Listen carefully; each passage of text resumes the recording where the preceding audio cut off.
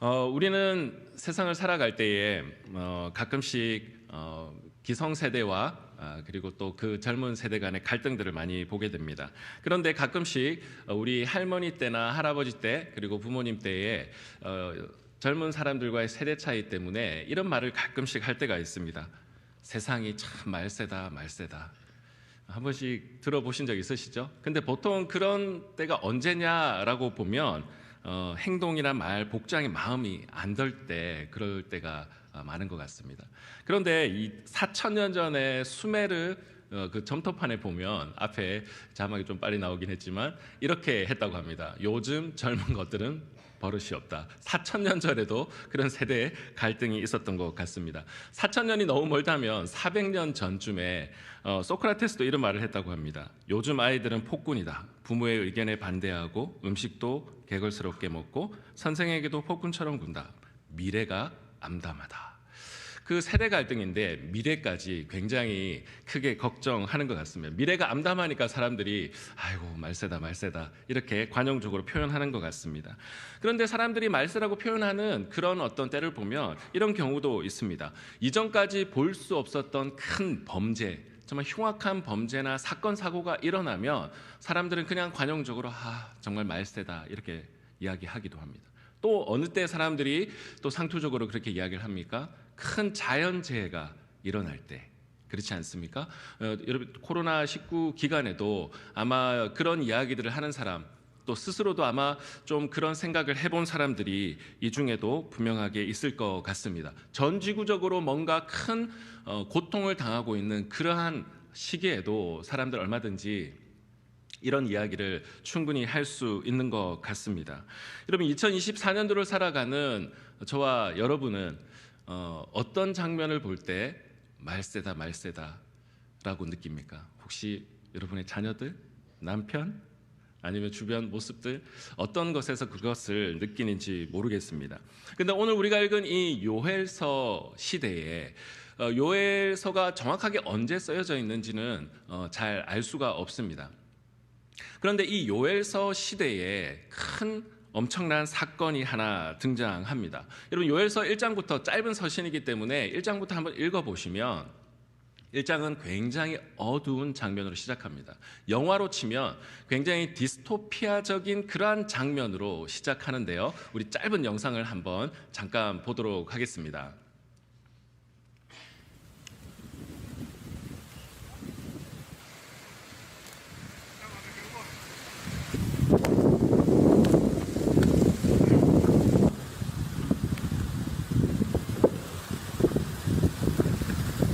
네, 이 정도까지만 보도록 하겠습니다. 혹시 곤충 채집하는 장면으로 이해를 하시는 분이 있을지 모르겠는데 엄청난 재앙이죠. 여러분 우리가 메뚜기 때 그냥 뭐 지나가는데 이게 무슨 디스토피아적인 모습이냐라고 할 수도 있겠지만 여러분 현대 사회는 우리가 식량을 다양한 방식으로 저장할 수도 있고 뭐 캔이나 다양한 여러 가지 가공식품으로 저장할 수 있지만 여러분 농경 사회에서는 제철 과일을 먹어야 되고 또 그 제철에 맞는 그 곡식들을 얻어서 자기들의 삶을 연명해 나가야 됩니다. 그래서 여러분 호세아서에도 보면 얼마나 하나님께서 이스라엘 백성들을 간절하게 기다렸냐라고 하는 그 마음을 과일 때의 그 여름 과일에 대한 것을 사람들이 간절하게 기다리는 그 마음을 가지고 빗대어서 설명하는 그런 장면이 나올 정도입니다. 그래서 농경 시대에는 그때는 이렇게 메뚜기 재앙이 한번 휩쓸고 가게 되면 사람들은 절망할 수밖에 없었습니다. 왜냐하면 삶의 모든 기반들이 송두리째 다 뽑힐 수밖에 없는 것이죠. 감정적으로는 굉장히 절망과 낙담과 거기서 한 발짝 더 나아가게 되면 정말 이것이 말세의 징조가 아니냐라고 할 정도로 사람들의 감정을 그렇게 덮을 수밖에 없습니다. 그래서 요엘서 1장 4절과 5절의 말씀에는 보면 그러한 상황을 이렇게 표현하고 있습니다. 같이 한번 읽어보도록 하겠습니다. 시작. 팥종이가 남긴 것을 메뚜기가 먹고 메뚜기가 남긴 것을 느치가 먹고 느치가 남긴 것을 황충이 먹었도다. 취하는 자들아 너희는 깨어 울지어다. 포도주를 마시는 자들아 너희는 울지어다. 이는 단 포도주가 너희 입에서 끊어졌음이니. 가끔씩 이 메뚜기를 이전에는 뭐 이방 민족의 침략이다 뭐 이렇게도 표현하기는 했지만 요엘서 1장의 다른 구절을 보면 2장 25절에 보면 큰 군대가 뭐냐라고 부연 설명하는데 그것이 곧 메뚜기 느치 황충이다라고 분명하게 명시를 하고 있습니다. 자, 그런데 이런 절망적인 상황을 잘 보여주는 한 구절을 더 읽기를 원하는데요. 요엘서 1장 12절의 말씀입니다. 우리 같이 한번 요엘서 1장 12절 말씀 같이 읽겠습니다. 시작. 포도나무가 시들었고 무화과 나무가 말랐으며 석류나무와 대추나무와 사과나무와 밭의 모든 나무가 다 시들었으니 이러므로 사람의 즐거움이 말랐도다. 저는 이 표현을 보면서 굉장히 탁월한 표현이다 생각이 들었습니다. 세상의 물리적인 모든 것이 다 메말라가는 그 시절에 어떻다고요? 사람의 즐거움이 말랐도다. 그 상황과 그 감정을 연결해서 사람의 그 즐거움조차도 말라버린 그 황량한 상황을 오늘 요엘서를 통해서 하나님께서는 우리들에게 이야기를 하고 있습니다. 그래서 모든 즐거움과 기쁨을 다 빼앗기고 미래에 대한 불투명함을 가진 채로 그렇게 요엘서는 시작하고 있는데요. 특히 요엘서 1장을 읽다 보면 굉장히 사람의 감정에 대한 단어가 많이 등장합니다. 예를 들어서 애곡, 슬퍼함, 울부짖음, 부르짖음, 즐거움이 말라버림. 굉장히 그 절망할 수밖에 없는 디스토피아적인 그런 인간의 감정의 상태를 묘사하는 표현들이 이 1장에 집중적으로 등장합니다. 자, 그런데 요엘서는 이 메뚜기 떼 재앙을 무엇과 연결하냐면 한 단어를 등장시키는데요. 같이 한번 읽어보도록 하겠습니다. 시작. 여호와의 날. 여호와의 날이라고 하는 이 단어는 이 요엘서 전반을 주제를 이끌어 나가는 중심 키워드입니다. 6번이나 등장하는데요. 성경에서 이 여호와의 날은 결국 하나님이 온 세상을 심판하시는 그 마지막 때를 지칭하는 그런 표현이기도 합니다. 여호와 하나님께 순종한 사람들에게는 그 여호와의 날은 구원의 날이지만 여호와 하나님께 순종하지 않는 사람들에게는 여호와의 날은 심판의 날입니다. 어떻게 보면 말세의 주제와도 어느 정도 의미적으로 연결이 되어져 있는 단어입니다. 그런데 여러분, 그 시대에도 이 메뚜기 떼 재앙을 당할 때에도 어떤 사람들은 절망하지만 그냥 이것은 메뚜기 떼 재앙이다, 1차적인 그 어떤 상황으로만 받아들이는 사람들이 있었던 것 같습니다.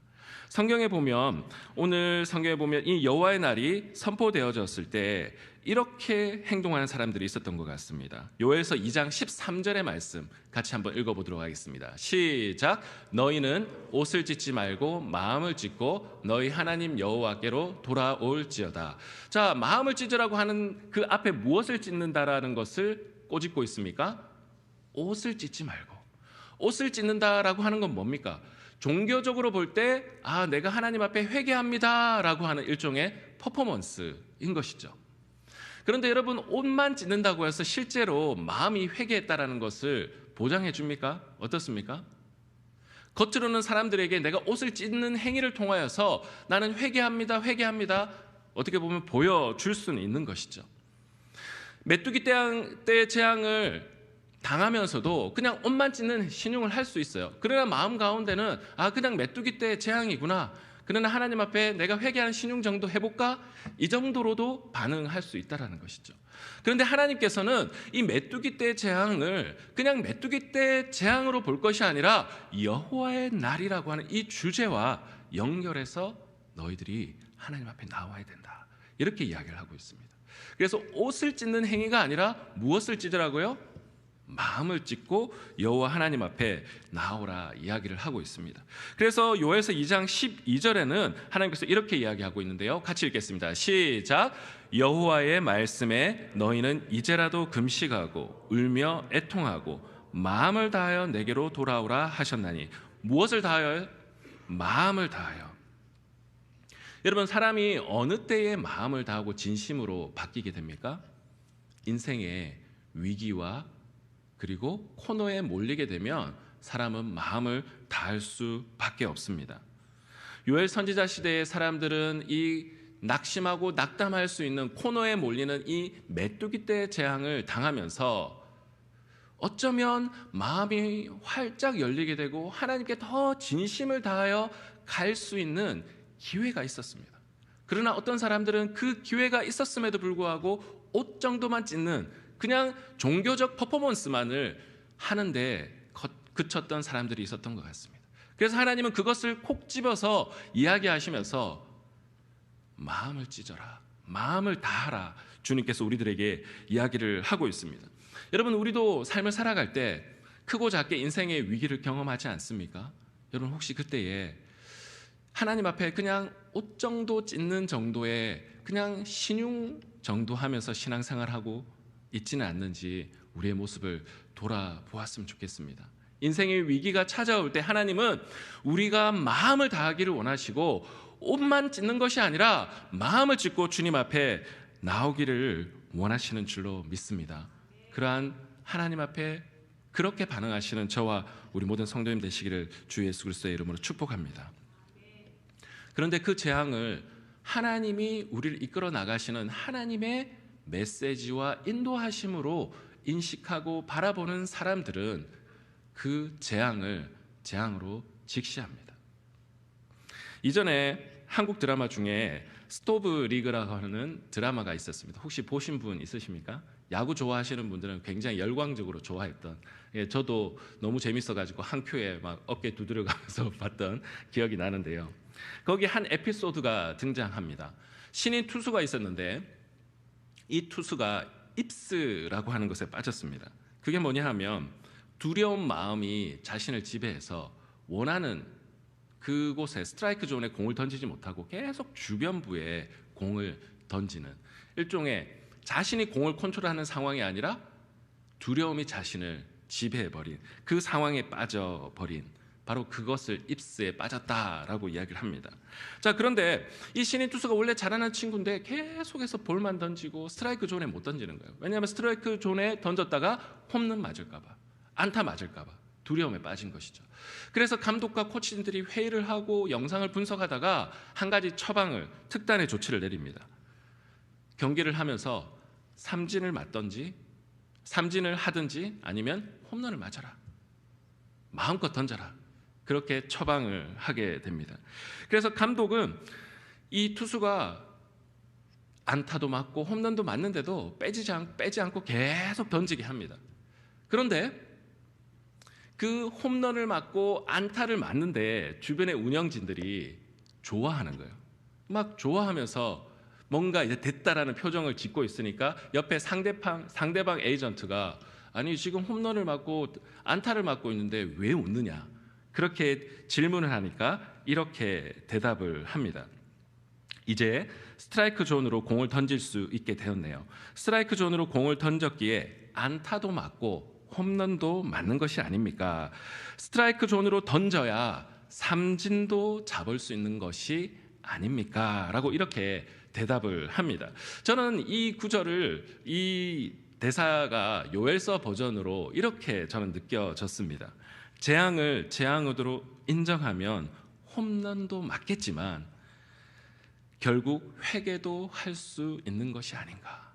여러분, 이 재앙을 그냥 자연현상으로만 보는 사람과 이것을 하나님이 우리를 이끌어 나가시고 우리를 두드리는 하나님이 우리에게 주신 여호와의 날로 직시하고 직면하고 우리의 죄악을 직면하는 사람만이 어떻게 될 수 있을까요?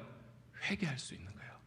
스트라이크 존으로 공을 던지지 않으면 홈런은 맞지 않겠지만 그는 투수로서의 자격이 없습니다. 여러분, 우리가 신앙생활을 할 때에 하나님 앞에서 크고 작은 일들이 벌어지지만 여러분 그것을 피하기만 해버리고 그냥 옷을 찢는 신용만 해버린다면 우리는 진짜 하나님이 나를 부르시는 그 부르심 앞에 직면할 수 없습니다. 그리고 내 안에 뭐가 잘못됐는지를 인정할 수 없게 되고 여러분 직면하지 않게 되면 진정한 회개는 일어날 수 없는 것이죠. 그래서 이 이스라엘 백성들에게 이 재앙의 시간은 어떤 시간이었냐? 바로 홈런을 맞는 시간이었습니다. 여러분, 우리 인생에도 과감히 때로는 이런 홈런을 맞는 시간이 누구에게나 필요하다라는 것입니다. 여러분, 이 홈런을 맞는 시간을 스스로에게 허용하지 않게 되면 우리는 바리새인들과 같이 옷만 잘 찢는 그런 사람이 될 수밖에 없고, 주변부로만 공을 던질 수밖에 없고, 진리의 스트라이크 존으로는 한 번도 공을 던지지 못하는 주변부에 맴도는 인생, 구약 성경으로 표현하면 마당만 밟는 인생으로 우리는 신앙생활 할 수밖에 없는 줄로 믿습니다. 여러분, 그래서 하나님께서는 그 이스라엘 백성들에게 자연 재해로만 너희들이 이것을 보는 것이 아니라 여호와의 날이며 하나님께로 나오고 마음을 찢고 나오는 바로 그러한 계기로 삼으라고 요엘서를 통하여서 말씀하고 계십니다. 그런데 그러한 때에 마음을 찢고 회개하는 사람들에게 하나님은 약속을 하십니다. 요엘서 2장 21절부터 27절에 걸쳐서 보면 하나님이 다양한 회복에 대한 이야기를 하시는데요, 다 읽지는 못하겠지만 22절의 말씀에 보면 즐거움이라는 단어도 나오고, 들의 풀이 싹이 나며 나무가 열매를 맺고 무화과 나무와 포도나무가 다 힘을 내는도다. 이제는 이것이 싸그리 다 말라버렸지만 역전되어지는 장면이 나오는 것이죠. 그리고 3절에 보면 이른 비와 늦은 비가 내리겠다. 24절의 말씀에 마당에는 밀이 가득하고 독에는 새 포도주와 기름이 넘치리로다. 26절에 너희는 먹되 풍족이 먹을 것이다 라고 이렇게 이야기를 하고 있습니다. 여러분, 그런데 이런 일들이 무엇 이후에 일어나는 것이라고요? 하나님께 진정한 회개와 마음을 다하고 마음을 찢는 회개 이후에 이런 일들이 벌어진다라고 약속하고 있습니다. 자, 그런데 그들에게 진짜 축복은 27절에 나옵니다. 우리 27절의 말씀 다 같이 한번 읽어보도록 하겠습니다. 시작. 그런즉 내가 이스라엘 가운데 있어 너희 하나님 여호와가 되고. 자, 여기까지 읽겠습니다. 자, 이스라엘 백성들에게 진짜 축복은 뭘까요? 내가 이스라엘 가운데 있는 것, 하나님의 임재, 신약적으로 말하면 임마누엘이죠. 그리고 너희 하나님 여호와가 되겠다. 여러분, 이것이 바로 그들의 회복의 가장 중요한 시작점입니다. 여호와 하나님이 우리 하나님이 될 때에 앞에서 언급된 그 풍요로움도 우리 가운데 회복될 수 있기 때문입니다. 그래서 이 이야기 이후에 드디어 오늘 우리가 읽었던 그 본문, 자, 그 본문은 어떻게 시작합니까? 28절의 말씀에 보면 그 후에라고 이야기를 하고 있습니다. 29절의 말씀에 보면 또 어떻게 되어 있냐면 그때에라고 이야기를 하고 있는 것이죠. 그냥 그 후에 그때로 달려가고 싶겠지만, 여러분, 사실 우리의 신앙은 하나님 앞에 재앙을 재앙으로 여호와의 날로 직시하고 직면하고 마음을 찢어야만 그 후에 일어나는 바로 이 일이 우리 가운데 일어날 줄로 믿습니다. 여러분, 그 후에 어떤 일이 일어난다고요? 내가 내 영을 만민에게 부어줄 것이다. 너희 자녀들이 장래일을 말하며 너희 늙은이는 꿈을 꾸며 너희 젊은이는 이상을 볼 것이며 내가 또 내 영을 남종과 여종에게 부어줄 것이다.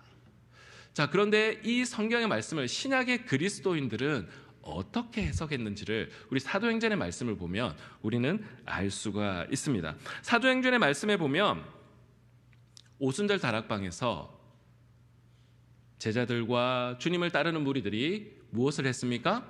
주님께 기도했습니다. 기도할 때 어떤 일이 일어났습니까? 사도행전 2장 1절에 4절의 말씀 우리 같이 한 번 더 읽어보도록 하겠습니다. 시작. 오순절 날이 이미 이르매 그들이 다 같이 한 곳에 모였더니 호련히 하늘로부터 급하고 강한 바람 같은 소리가 있어 그들이 앉은 온 집에 가득하며 마치 불의 혀처럼 갈라지는 것들이 그들에게 보여 각 사람 위에 하나씩 임하여 있더니 그들이 다 성령의 충만함을 받고 성령이 말하게 하심을 따라 다른 언어들로 말하기를 시작하니라. 자, 베드로는 이 현상을 바라보며 다른 사람들은 놀라고 당황하는데 베드로는 이 말씀을 요엘서의 말씀이 성취된 것으로 사람들에게 이야기를 하고 해석하고 있습니다. 자, 그런데 이 요엘서에서 말한 또한 이적, 오늘 우리가 읽은 이 본문을 보면 본문 30절의 말씀에 보면 이적과 하늘과 땅이 베풀 것이다.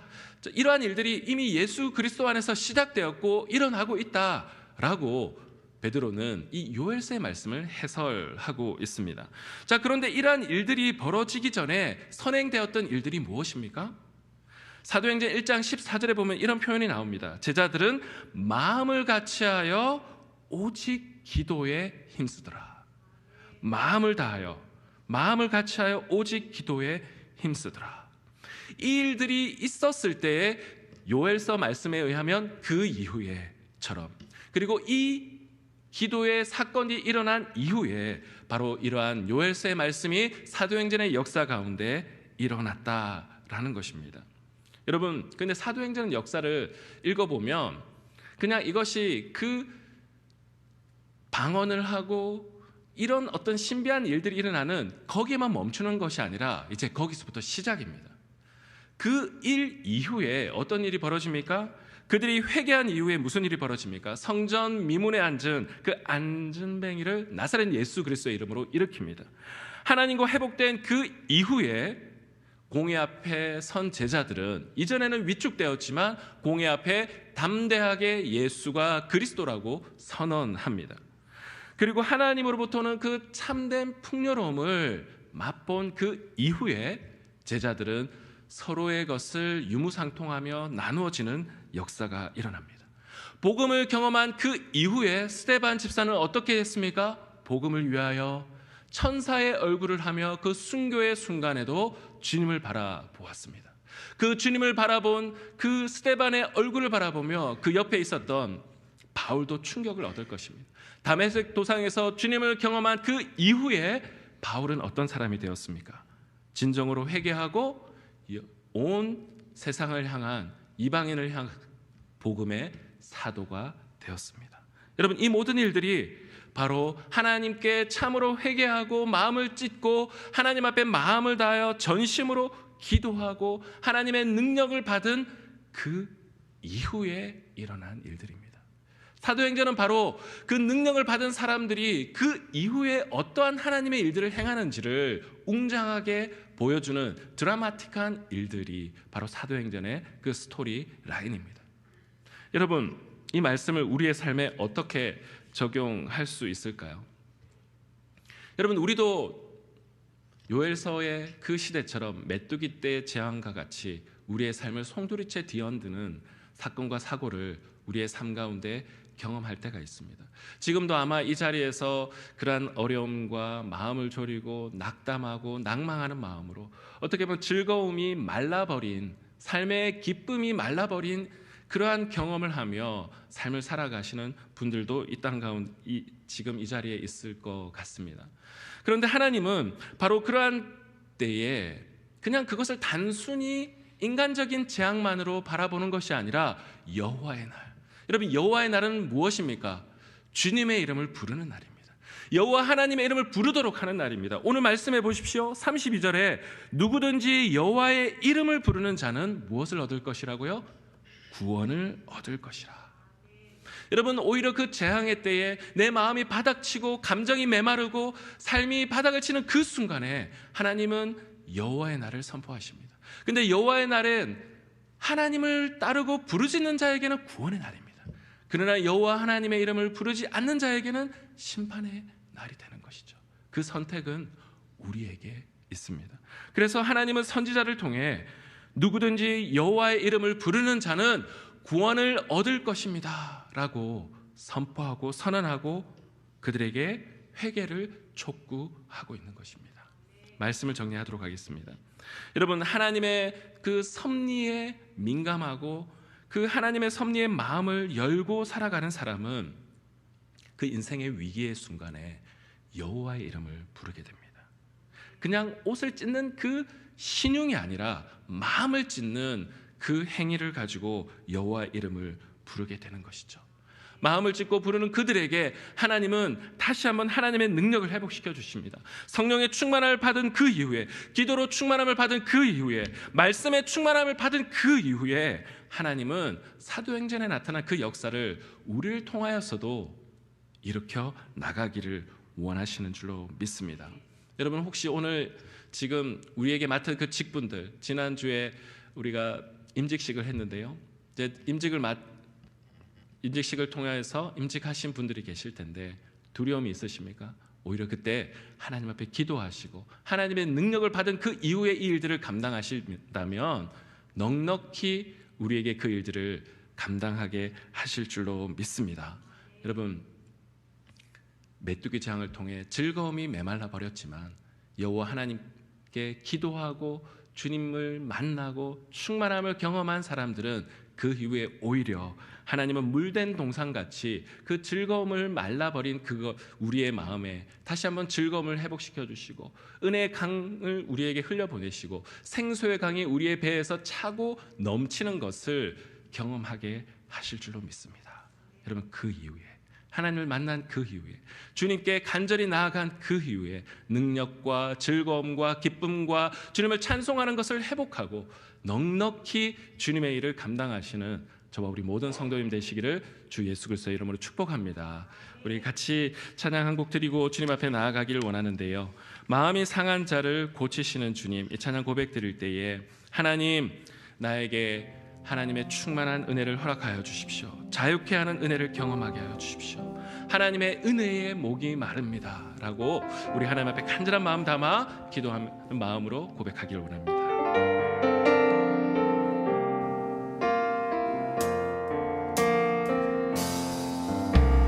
마음이 상한 자를 고치시는 주님, 하늘의 아버지 날 주관하소서. 주의 길로 인도하사 자유케 하소서.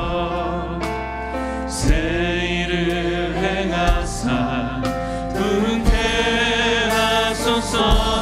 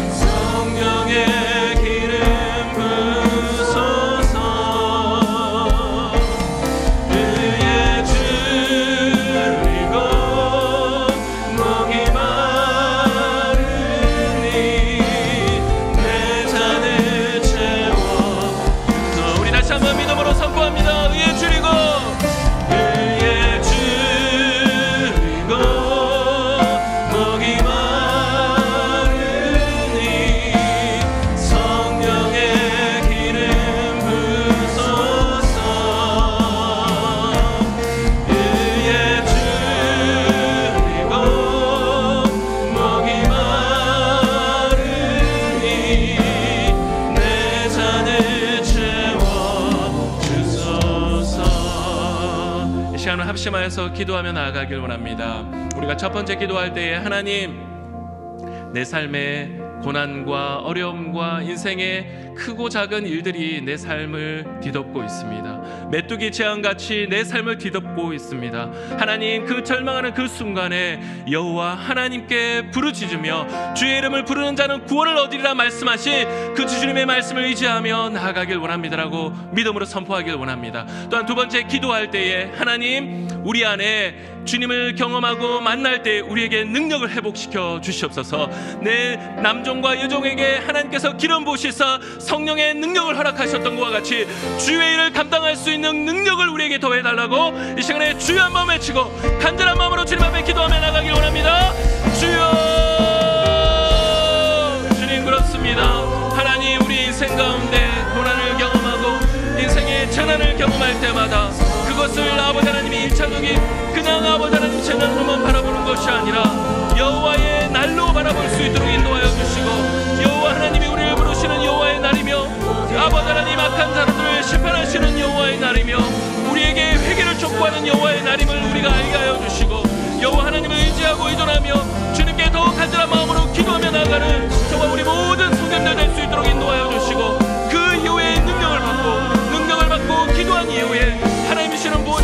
영광과 힘으로